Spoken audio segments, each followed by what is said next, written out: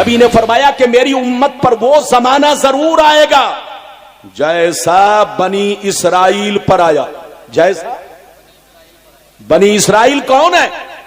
بنی اسرائیل کون ہے؟ یہ امریکہ بنی اسرائیل ہے، یہ اسرائیل بنی اسرائیل ہے، یہ جتنے عیسائی ہیں سب بنی اسرائیل سے ہے، یہ جتنے یہودی ہیں سب بنی اسرائیل سے ہے. اور نبی نے کیا کہا کہ میری امت پر وہ زمانہ ضرور آئے گا جیسا بنی اسرائیل پر آیا. جو حال ان کا ہوا وہی حال میری امت کا ہوگا.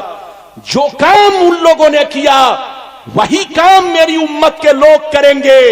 اگر اس نے اپنے ماں کے ساتھ بدفعلی کی ہوگی تو میری امت میں بھی کچھ چھوکرے ہوں گے، کمینے ہوں گے جو اسی کے راستے پر چلیں گے. آگے سنیے، نبی فرماتے ہیں وہ لوگ 72 فرقوں میں بٹ گئے لیکن میری امت ان سے دوستی کی وجہ سے 73 میں بٹے گی. ایک جنتی 72 جہنمی. یہ 72 جہنم میں اس لیے جائیں گے کہ نام تو عبداللہ ہوگا، نام تو محمد ہوگا، نام تو بولو خورشید ہوگا، نام تو سہیل ہوگا، نام تو عبد الغفار ہوگا، نام تو بولو سلمان ہوگا، کہنے کو مسلمان ہوں گے مگر اندر سے سب یہودی بن چکے ہوں گے.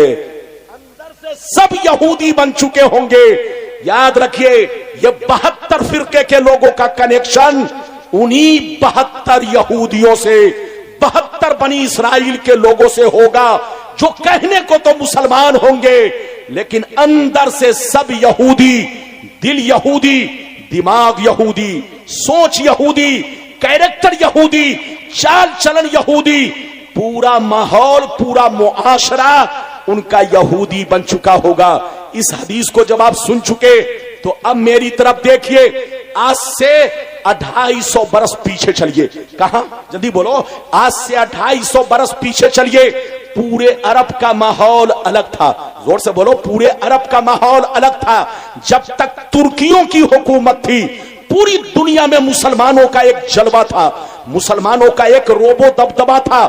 لوگ مسلمانوں کو عزت کی نظر سے دیکھا کرتے تھے لیکن ترکیوں کی حکومت کے پیچھے یہودی لوگ ہاتھ دھو کر پڑے تھے کہ اس کو کب ختم کیا جائے، اس کو کب برباد کیا جائے تاکہ عرب میں میری انٹری شروع ہو جائے. جو مجھ پر پابندیاں لگی ہے میرا آنا جانا عرب میں شروع ہو جائے.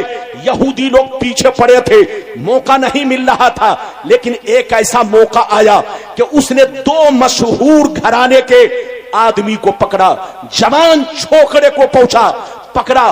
ایک کا نام آل سعود، دوسرے کا نام محمد بن عبد الوہاب نجدی. ان دونوں کو پکڑ کے یہودیوں نے خوب بھڑکایا. بولو. یہودیوں نے ترکیوں کے خلاف ان کو بہکایا اور ان کو جنگ کرنے پر مجبور کر دیا. پھر کیا ہوا؟ آل سعود نے، محمد بن عبد الوہاب نجدی نے اپنی فوجیں تیار کی اور ترکیوں سے مقابلہ کرنا شروع کر دیا، جنگ کرنا شروع کر دیا. مسلمان شہید ہونے لگے، اہل سنت کا قتل عام کیا گیا، عورتوں کا بال مڈوا دیا گیا، مردوں کی داڑھی چھیل دی گئی، مردوں کی داڑھی کو مڈوا دیا گیا. سارے مسلمانوں کو اس بے ایمان محمد بن عبد الوہاب نجدی نے اور آل سعود نے سارے مسلمانوں کو مشرک بتایا اور قتل عام شروع کروایا. محمد بن عبد الوہاب نجدی اور آل سعود نے پورے عرب کے اندر زلزلہ پیدا کر دیا. ترکی لوگوں نے دیکھا کہ قتل مسلمان ہو رہا ہے، خون مسلمان کا بہ رہا ہے.